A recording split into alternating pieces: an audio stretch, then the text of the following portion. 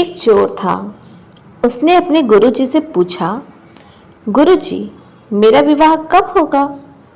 गुरुजी ने कहा, बेटा, तेरा विवाह तो होगा, पर जिस दिन तेरा विवाह होगा उसके ठीक सवेरे तेरी फांसी हो जाएगी। फांसी निश्चित होने के बाद तेरा विवाह भी निश्चित होगा। चोर ने कहा कि जब फांसी निश्चित हो जाएगी तो फिर विवाह करेगा कौन? गुरुजी बोले, नहीं, तेरी किस्मत में तो ऐसा ही लिखा है। चोरी करना उसने छोड़ दिया। उसने सोचा कि जब चोरी नहीं करूँगा तो फांसी नहीं लगेगी। तो ऐसे ही बहुत दिन बीत गए। एक दिन चोर जा रहा था तो रास्ते में राजा की सवारी भी उधर से ही गुजर रही थी। चोर पहले चोरी करता था पर अब तो नहीं करता था। चोर ने गले में एक सोने की माला पहन रखा था। अब तो वह सुधर गया था, पर जो चुराया था वो तो था ही उसके पास। राजा ने देखा कि गले में माला है और यह माला राजा का था। चोर ने कभी राजा का माला चुराया था? राजा ने तुरंत पकड़ लिया चोर को। चोर को दरबार में लाया गया और पूछा गया कि तेरे पास माला कहाँ से आया? बहुत गोल गोल बातें चोर ने की। उसने राजा से कहा, यह तो मेरा है, लेकिन राजा भी अड़ा था। अंत में चोर ने मान लिया कि हाँ, आपके राज्य में भी एक दिन आपके महल में चोरी की थी, वहीं से यह माला मुझे मिला। राजा ने कहा, तूने बहुत चोरी की, मेरा भी बहुत नुकसान किया, कल तुझे फांसी होगी। और उसने सिपाहियों को आदेश दिया कि इसे जेल में बंद कर दिया जाए। चोर को जेल में बंद कर दिया गया। चोर ने कहा कि मेरी आखिरी इच्छा यही है कि मुझे पूरी रात जेल के अंदर ना रखो, मुझे जेल के बाहर रहने, ताकि मैं खुली हवा ले सकूं।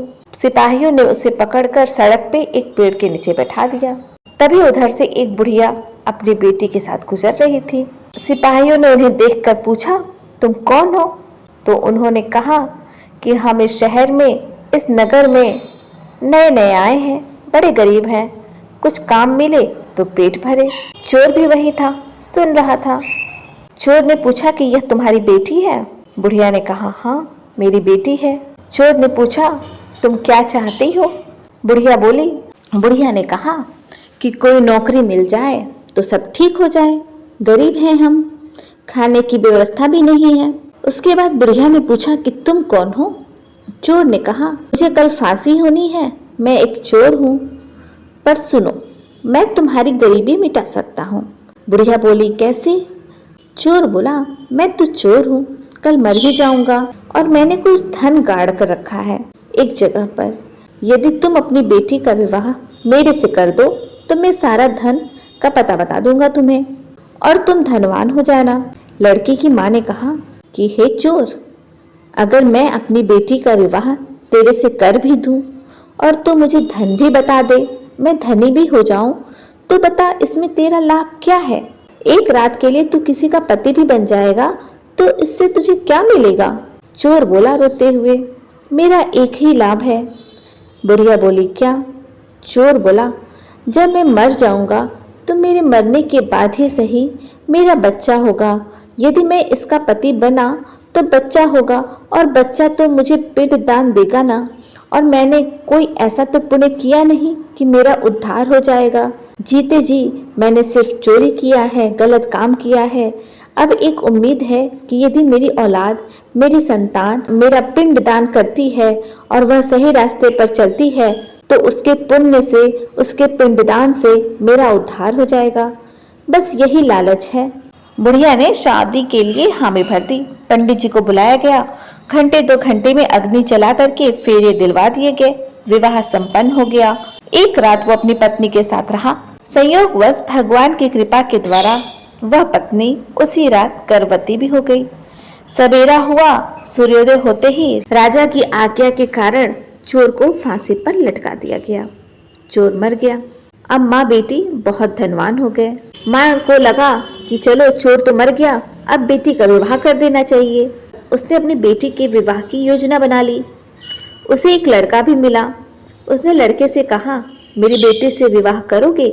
लड़के ने कहा, हाँ हाँ, जरूर करूँगा। जिस लड़के से बुढ़िया की बेटी का विवाह तय हुआ था, संयोग से वह भी एक चोर था। वह चोर था तो रात को ही उसने पूरा बोरिया बिस्तर बांधा और बुढ़िया का सारा धन उठाया और वहां से भाग गया।